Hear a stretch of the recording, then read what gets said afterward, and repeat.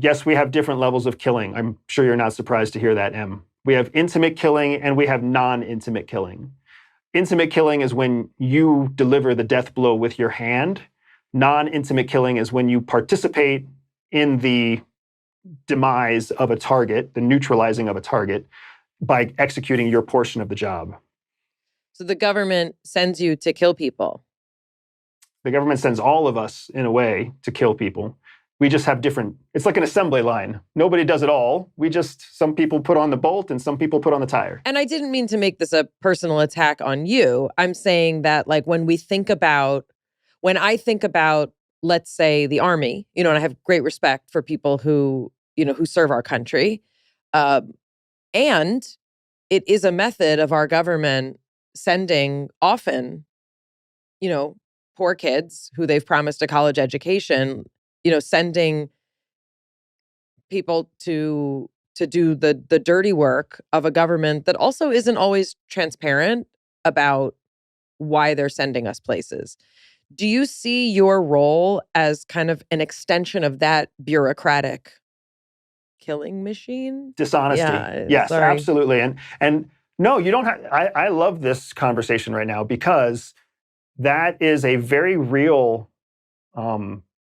element that we have to come to terms with after our first or second field tour.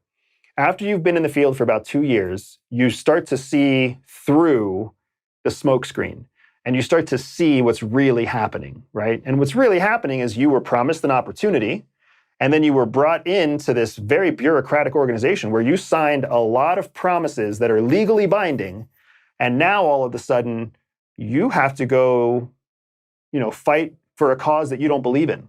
You have to go participate in a cover-up that is not being disclosed to the American people because you've been told that to disclose it to the American people would also mean disclosing it to your adversaries, so we're going to keep it secret from everybody, right? It's a very difficult world to live in, but again, we are psychologically predisposed to understanding that there are secrets that need to be kept and there are secrets that need to be shared.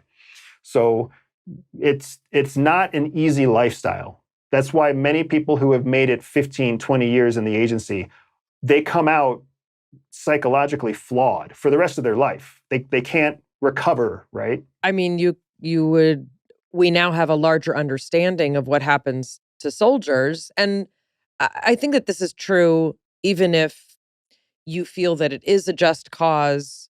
I want to set aside the notion of participating in murder, assassination, what'd you call it? Non-intimate killing. That's going to do something. Seeing the destruction of war, that's going to do something to you and it's going to change you and it causes trauma. But I think kind of setting those things aside for the moment and kind of talking the way we're talking right now, it's very interesting because, what is the framework for your or anyone's personal comfort in being hired by a government to do things that you may not agree with? Where is that line? And what's amazing is you don't ever think of that. When you are a good fit for the job, you don't think about that line on day one. You stumble into that line later on. And then you realize, oh shit, maybe I bit off more than I can chew. And to CIA's credit, they're familiar with this buyer's remorse. So there's a right. a very strong mental health component at CIA. They've got staff psychologists, they've got staff therapists, they've got staff PT, personal trainers, and exercise scientists who are all there to help you develop healthy coping mechanisms to deal with what you do every day. And when the time comes that you can no longer cope in a healthy way, they just take you off the line and then they put you in administrative jobs where you can't do any damage. And then they treat you with, whatever they can treat you with and whatever you choose to treat yourself with, which is why we see such a high rate of drug use and alcoholism, adultery, divorce, because lives just fall apart when people stay in service that long. Are those mental health providers not incentivized to keep you going and to sort of push the limits of your coping mechanisms? That's exactly what they're incentivized to do. And that's how they climb up their professional ladder, by finding new treatments, new combinations, new practices that take a field officer from 6 years of field utility to 8 years of field utility. They take them from 1 or 2 war zone tours to 3 or 5 war zone tours, right? If you can prolong the utility of a field operator, you've essentially increased the productivity of the entire workforce. And it's very clinical, very bureaucratic, and very mechanical in that way.